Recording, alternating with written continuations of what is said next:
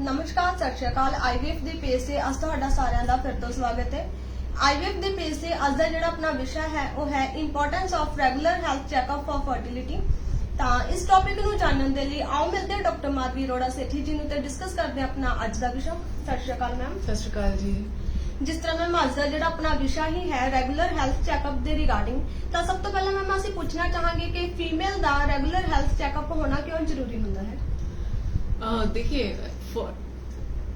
हर human being को regular health checkup कराने चाहिए।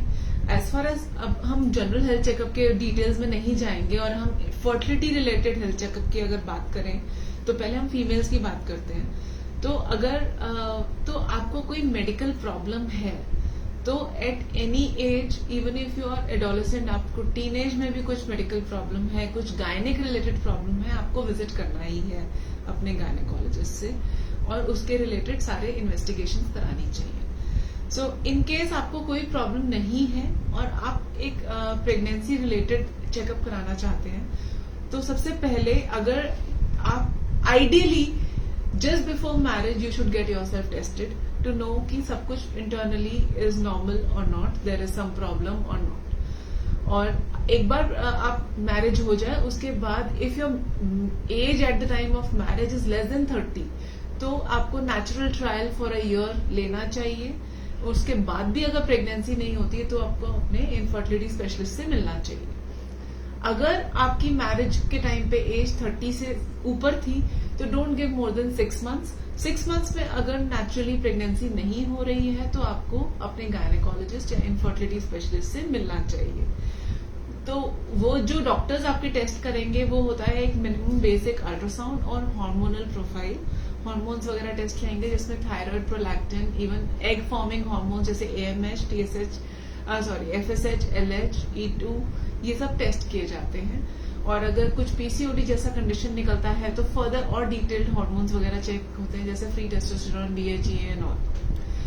और अगर इन सब रिपोर्ट्स में कुछ और प्रॉब्लम आती है, आपको पीरियड्स में कोई इरेगुलरिटी है, कोई हेवी ब्लीडिंग है, लेस फ्लो है या फ्रीक्वेंसी ऑफ मेंस्ट्रुएशन कम है या ज्यादा है, सो उसके ऊपर डिपेंड होके बाकी फर्दर डिटेल इन्वेस्टिगेशन की जाती है।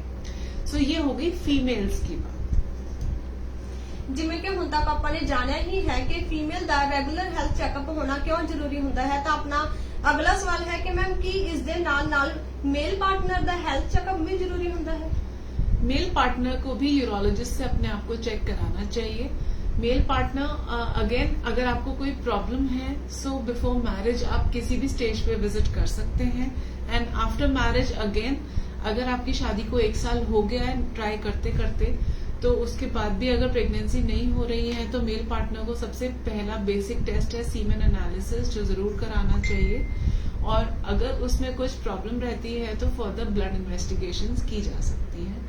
और अगर मेल पार्टनर को कुछ इन्फेक्शन फील हो रही है so further semen culture can be done और उसके हिसाब से ट्रीटमेंट प्लान किया जा सकता है। इस तरह तुसी देख ही सकते हो कि अज के विषय दे विच आपां ने जानिया है कि मेल एंड फीमेल पार्टनर दा रेगुलर हेल्थ चेकअप क्यों इंपॉर्टेंट होता है। तो नेक्स्ट टाइम तो आपां फिर तो मिलांगे एक नवे विषय दे नाल। तद तक सत श्री अकाल जी। सत श्री अकाल।